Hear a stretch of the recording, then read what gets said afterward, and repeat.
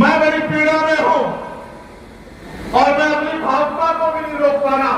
उसका कारण है कि जब मैं आपकी तरफ देखता हूं और मैंने वीडियो में आपके जुड़े हुए हाथ और आपके पकड़े हुए कान देखे थे, तो वो दृश्य चीख चीख के मेरी आंखों में आ रहा, उसको मैं भुला नहीं पा रहा।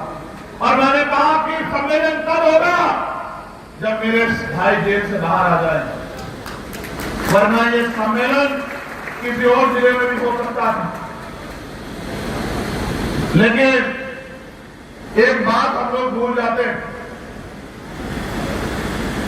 अगर हम इन सरकारों से न्याय की उम्मीद करेंगे या हक की उम्मीद करेंगे तो ये हमारी गलतफहमी हो सकती है, इसमें सच्चाई नहीं। क्या कभी जालिम किसी गरीब का हमदर्द हो सकता है क्या? दोनों हाथ भागे बता, हो सकता है क्या? मेरे प्यारे साथियों, माहौल सुनो क्या है। माहौल यह है, और मैं मानूंगा तब जब अपनी मेरी बात को दिल पे लगा के जाओगे और यहां से जाने के बाद सोओगे नहीं घर में। जब तक मेरे दर्द को कम नहीं कर दो तब तक सोओगे नहीं। हाल क्या है?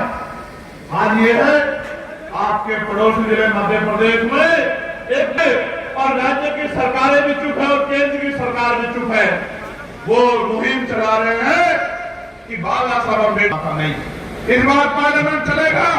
मैं सरकार से पूछने का काम करूंगा कि सरकार का रुख इस बात पे क्या है, क्या बाबा साहब अम्बेडकर संविधान निर्माता है या नहीं है, और अगर है तो ऐसे परमिशन प्रोग्रामों को परमिशन किस आधार पर मिल रही है जहां बड़े बड़े बैनर लगा के ये कहने का काम किया जा रहा है कि डॉक्टर बाबा साहब अम्बेडकर संविधान निर्माता नहीं।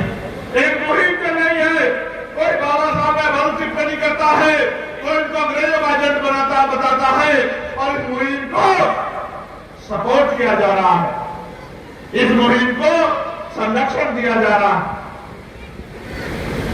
है। चुप बैठे नहीं, चुप बैठे। लेकिन आप जानते हो कि ये सरकारें चाहती हैं कि हम संवैधानिक रास्ता छोड़ के और अपनी लड़ाई को लड़ने के लाठी डंडे का प्रयोग करें। ये सरकारें चाहती हैं, लेकिन आप जानते हैं अगर हम कानून को हाथ में लेंगे तो हमें गोली मारना, हम पे मुकदमा लगाना, हमें जेल भेजना इनके लिए बहुत आसान हो जाएगा। जब हम ये हमें निर्दोष होते हुए जेल भेज सकते हैं, तो अगर हमने इतना सा भी कुछ कानून को अपने हाथ में लेने का काम किया